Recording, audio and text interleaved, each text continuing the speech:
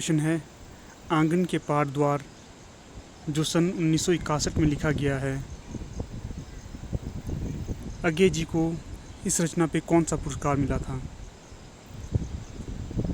तो दोस्तों, इसका सही जवाब होगा साहित्य अकादमी पुरस्कार। आंगन के पार द्वार जो सन 1961 में लिखी गई है, इस पर अज्ञे जी को साहित्य अकादमी पुरस्कार मिला है। अगला प्रश्न है, अहम का त्याग अज्ञे जी की किस कविता का मूल भाव है? तो दोस्तों, आपके ऑप्शन है असाध्य बीना, सांप, नदी के द्वीप, यह द्वीप अकेला।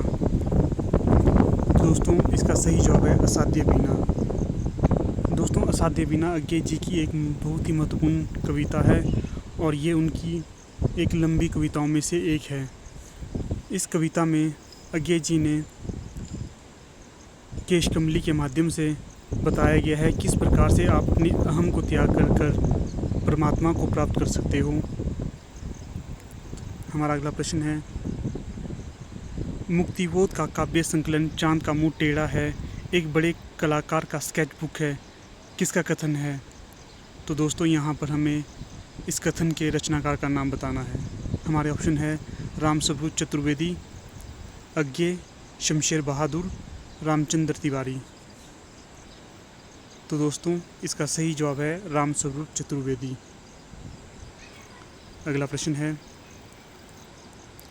एक समय था किसकी रचना है? तो दोस्तों, यहाँ पर इस रचना के रचनाकार का नाम बताना है। हमारे ऑप्शन हैं रघुवीर सहाय, कुंवर नारायण, अज्ञे, प्रभाकर माचवे। तो इसका सही जवाब होगा ऑप्शन ए, रघुवीर सहाय। दोस्तों, हमारा एक टेलीग्राम ग्रुप भी है जिसका लिंक मैंने डिस्क्रिप्शन बॉक्स में डाला हुआ है। अगर आप लोग हमारे साथ जुड़ना चाहते हैं तो डिस्क्रिप्शन बॉक्स में दिए गए लिंक से जुड़ सकते हो। अगला प्रश्न है, फूल लाया हूँ कमल के, क्या करूँ इनका, पसारे आप आंचल, छोड़ दूँ हो जाए जी हल्का, किसका कथन है?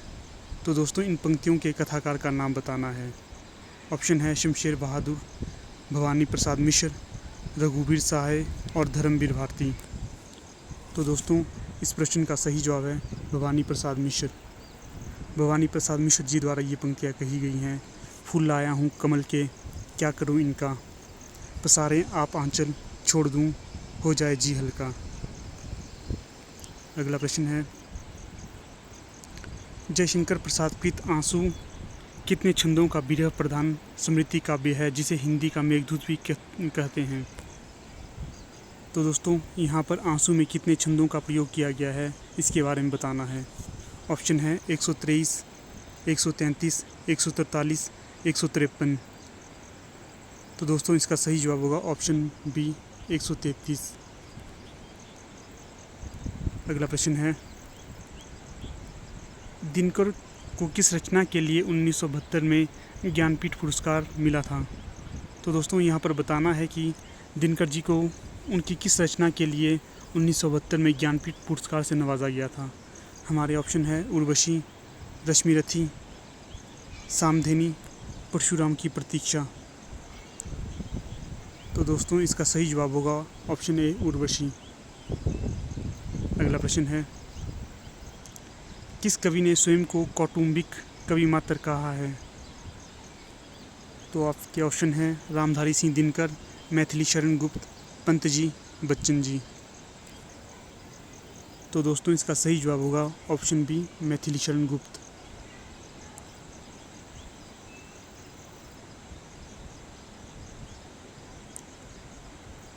तो दोस्तों, यहाँ पर शायद उत्तर गलत लगा दिया गया है।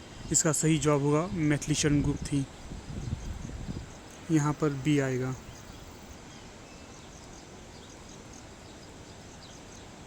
अगला प्रश्न है, सन 1857 में हिंदी नई चाल में नहीं ढली, यह कार्य बहुत पहले संपन्न हो चुका था, यह कथन किसका है?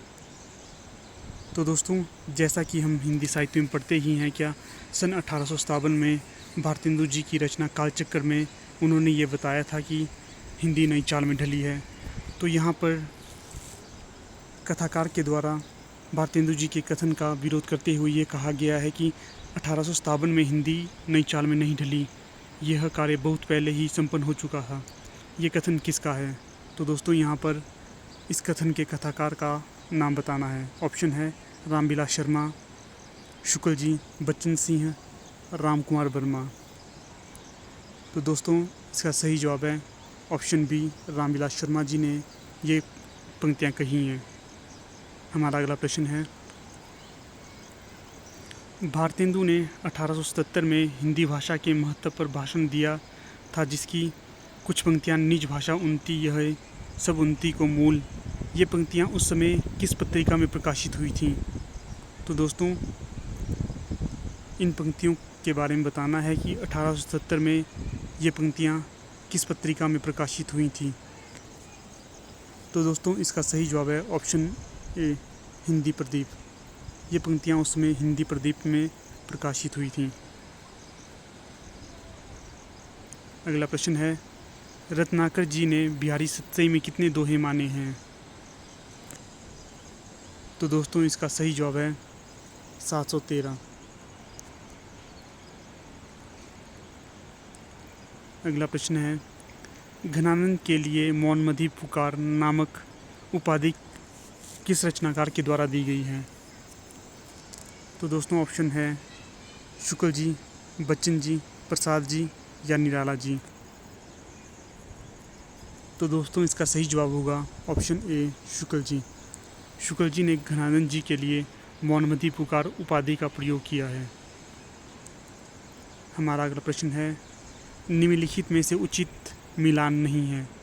तो दोस्तों यहाँ पर हमें कवि और उनके जन्म और मृत्यु दिवस के बारे में बताया है। हमें उनके जन्म और मृत्यु को उनके साथ मिलाना है। पहला है मीराबाई 1516 से 1546। दूसरा है सूरदास 1478 से 1583। तीसरा है तुलसीदास 1523 से 1532। और चौथा है कबीरदास 1398 से 1518। तो दोस्तों यहाँ पर हमें सही ऑप्शन का चुनाव करना है। तो दोस्तों इसका सही जवाब होगा ऑप्शन सी, तुलसीदास। तुलसीदास जी का जन्म 1532 में हुआ था और उनकी मृत्यु 1623 में हुई थी। अगला प्रश्न है, असत्य क्या है?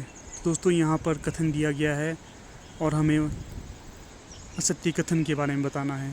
पहला कथन है, तुलसीदास ने कवितावली में बनारस में फैली महामारी का जिक्र किया है। तो दोस्तों ये बिल्कुल सही कथन है। अगला है, आचार्य शुक्ल ने रामचरितमानस को लोक मंगल की साधनावस्था कहा है। तो दोस्तों ये भी बिल्कुल सही कथन है। अगला है, अयोध्या कांड को रामचरितमानस का हृदय स्थल कहा जाता है। तो दोस्तों यह भी सही कथन है। अगला है, चित्रकूट सभा को आचार्य शुक्ल ने एक आध्यात्मिक घटना कहा है। तो दोस्तों ये कथन भी बिल्कुल सही है। अगला कथन है, तुलसी को बच्चन जी ने अनुप्रास का बादशाह कहा है। तो दोस्तों ये कथन गलत है। तुलसी जी को अनुप्रास का बादशाह आचार्य रामचंद्र शुक्ल जी के द्वारा कहा है, बच्चन जी के द्वारा नहीं। अगला प्रश्न है, दोस्तों ये हमारा अंतिम और लास्ट प्रश्न है।